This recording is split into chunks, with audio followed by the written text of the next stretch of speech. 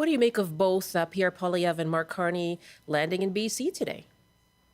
Well, it's obviously a battleground. BC does have obviously a lot of seats after Ontario and Quebec.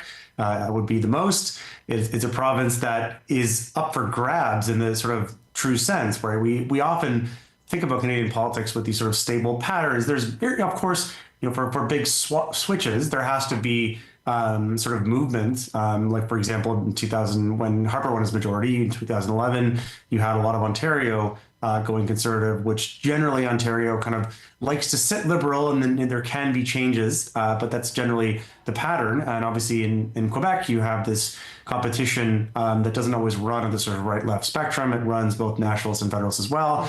But when the liberals are strong, it makes it really hard for the Conservative Party. And so but BC doesn't necessarily align with Alberta and Saskatchewan, and so it kind of sits on its own. And so I think that's what makes it fascinating, and to see the poll numbers kind of turn as sharply as they have.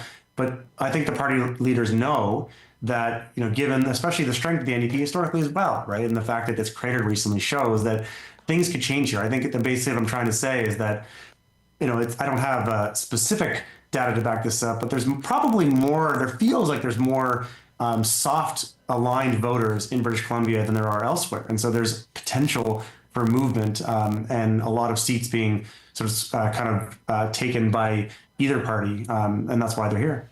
And what do you make of what's happening with the NDP in BC?